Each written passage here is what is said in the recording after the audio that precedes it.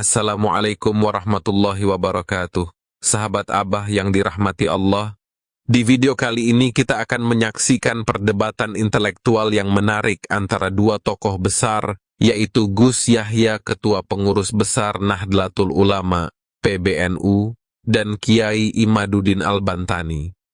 Keduanya berdebat mengenai klaim nasab keluarga Ba'lawi, sebuah kelompok yang menyatakan diri sebagai keturunan Nabi Muhammad melalui Ahmad bin Isa al-Muhajir, seorang tokoh dari Hadramaut, Yaman.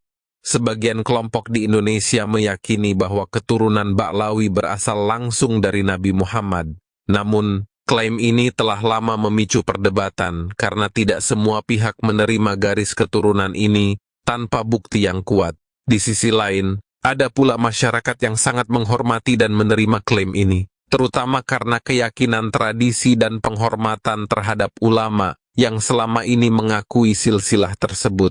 Gus Yahya memandang masalah ini dari sudut pandang yang sangat menghargai tradisi dan warisan ulama. Menurutnya, meskipun tidak ada bukti ilmiah atau catatan sejarah yang lengkap mengenai seluruh nasab dari Nabi hingga keturunan Ba'lawi, kita sebaiknya mengedepankan husnudzon atau prasangka baik. Tradisi ulama telah mengakui klaim ini, dan beberapa kiai serta tokoh agama di Indonesia, termasuk Kiai Maimun Zubair yang sangat dihormati, juga menerima garis keturunan tersebut.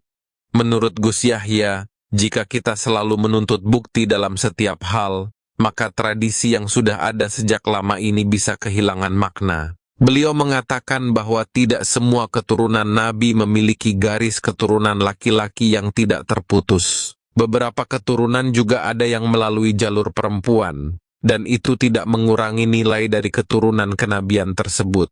Beliau menekankan bahwa di dunia ini sangat jarang ada silsilah yang lengkap, karena di masa lalu pencatatan nasab tidak dilakukan seketat sekarang. Bagi Gus Yahya, menghormati tradisi ulama terdahulu jauh lebih penting, karena para ulama ini telah menjalankan praktik keagamaan dengan baik, menunjukkan akhlak yang terpuji dan menjadi panutan umat.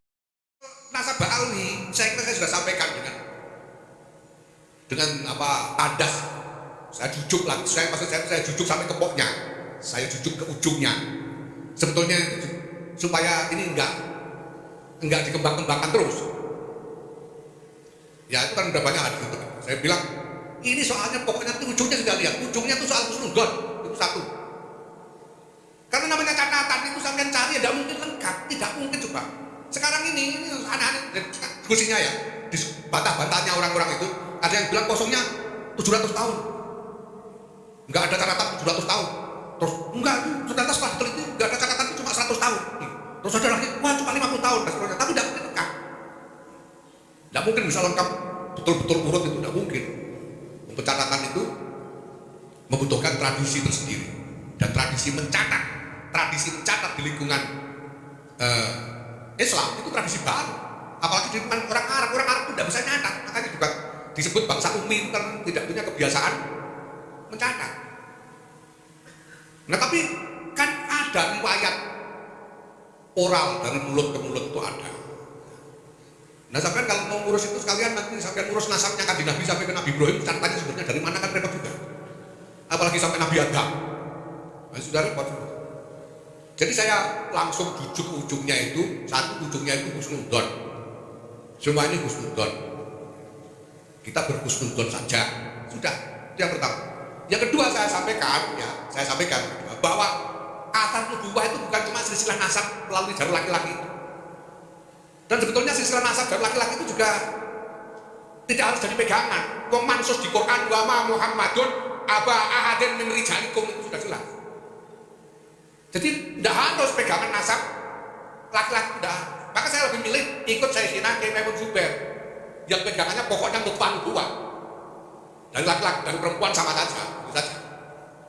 Sehingga keyakinannya sebagian besar orang-orang pesantren itu ada nutfah nubuwah itu ada. Karena Kiai Maimun mengatakan orang bisa jadi kiai itu, apalagi kiai besar. Itu ya kemungkinan besar dia membawa nutfah nubuwah. Karena dia bawa imamah diniyah. Nah kalau nutfah nubuwah dari laki-laki maupun perempuan, martabatnya sama saja.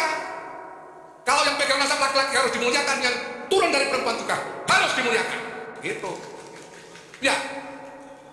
Jadi tidak bisa ada pihak yang berhak mengklaim, mengaku saya lebih mulia, saya paling mulia. Ini sama mulianya.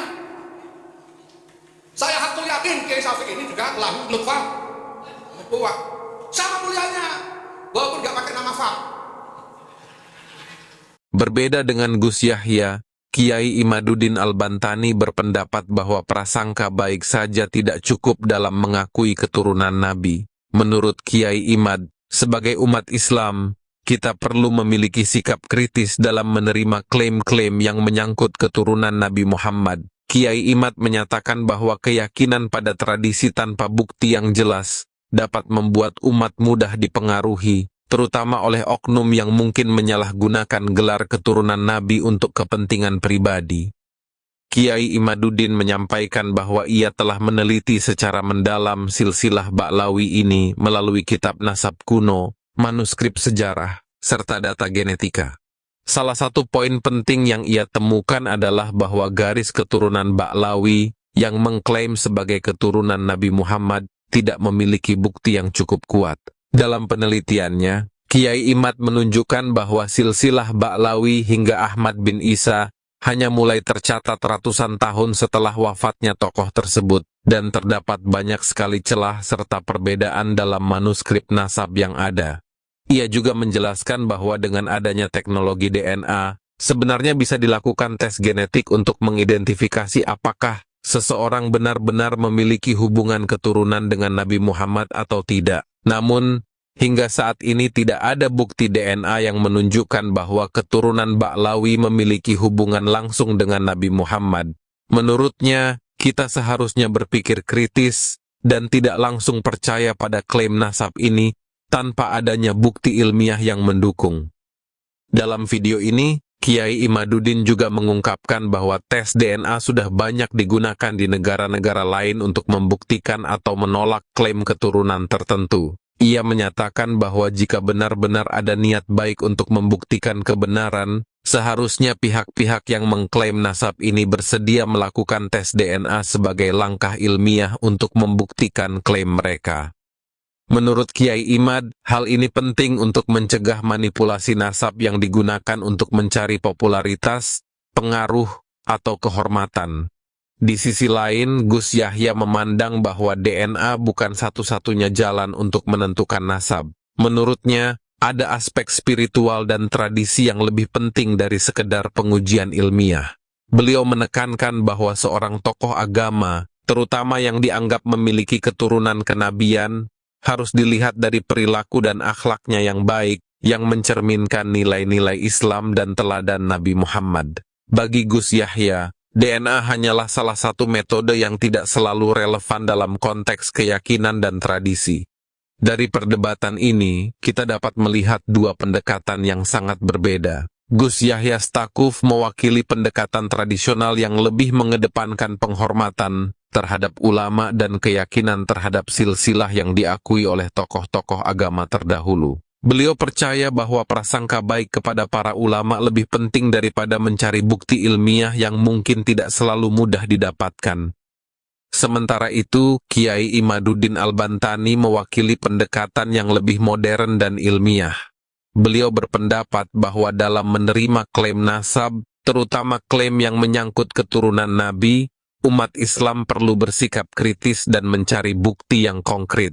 Dengan berkembangnya ilmu pengetahuan, Kiai Imad merasa bahwa umat sebaiknya memanfaatkan teknologi seperti DNA untuk memastikan keaslian nasab, guna menghindari penipuan dan menjaga integritas agama.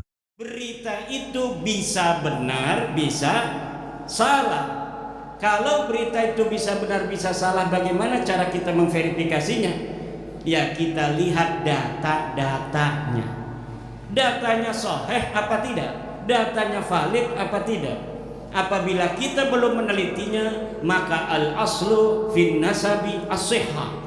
Asal dari nasab itu adalah sahih. Illa idza waradatil illatul qadihah, kecuali telah datang ilat yang mencederai.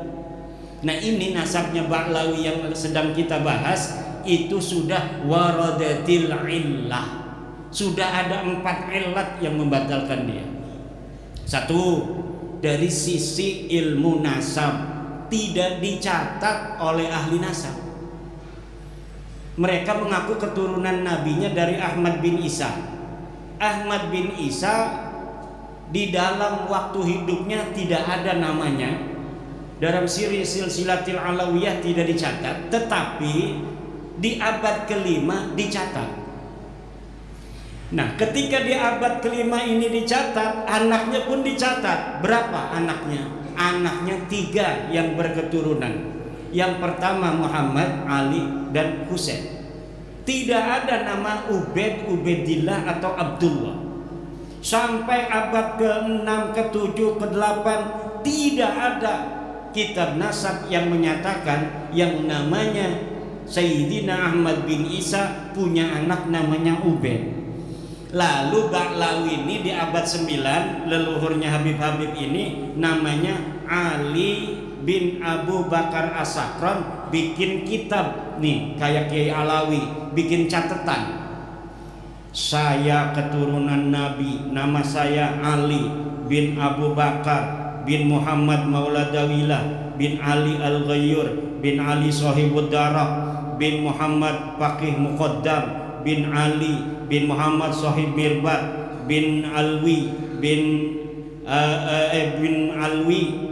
Ali dulu ya, Muhammad Sahib Murbat bin Ali Wali Qasam bin Alwi bin Muhammad bin Alwi bin Ubaid bin Ahmad bin Isa. Nah, ini nasabun batilun mardudun maudu'un munqati'un la yasihu al-ihtijaju bihi. Tidak bisa. Kenapa? Lah orang kita banyak begitu kitab nasab sama sekali nggak ada yang menulis. Kitab nasab mulai abad ke-4 silsilatil alawiyah, abad ke-5 Tahdhibul Ansab, Al-Majdi, Muntaqilatut Talibiyah, kemudian di abad ke-6 As-Sajarah Al-Mubarakah, di abad ke-7 Al-Fahri Al-Asili, di abad ke-8 As-Sabatul Musal, di abad ke-9 Umdatul Talib Al-Kubra, Umdatul Talib Al-Wusta, Umdatul Talib Al-Kubra. Semuanya tidak ada yang mencatat yang namanya Ahmad bin Isa punya anak namanya Ubaid, Abdullah, Ubaidullah. Tidak ada, pokoknya teu aya. Cek orang Bandung nama teu aya itu orono. Ya kalau nggak ada ya gimana lagi. Mulai adanya sejak abad 9 mereka mengaku. Lalu banyak nih kitab-kitab karena dia ulama besar Pak. Jadi Ali As-Sakran ini kiai memang. Dia punya bapak kiai juga. Bapaknya punya murid-murid. Dari mulai bapaknya ini bikin kitab sesuai dengan apa namanya itu penjelasan dari gurunya, namanya Abdurrahman Segaf. Abdurrahman As-Segaf punya anak Abu Bakar. Ini Abdurrahmannya kiai, ulama. Kemudian Abu Bakarnya kiai, cucunya kiai. Ini punya murid, ini punya murid, ini punya murid.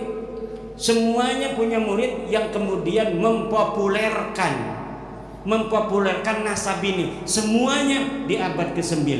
Sampai sekarang surah wal istifadah populer. Sampai ratusan kitab Pak. Hanif Al-Attas sekarang sedang mengumpulkan kitab-kitab sejak abad 9 itu sampai sekarang ini sudah bisa terkumpul 140 kitab yang menyatakan mereka turunan Nabi.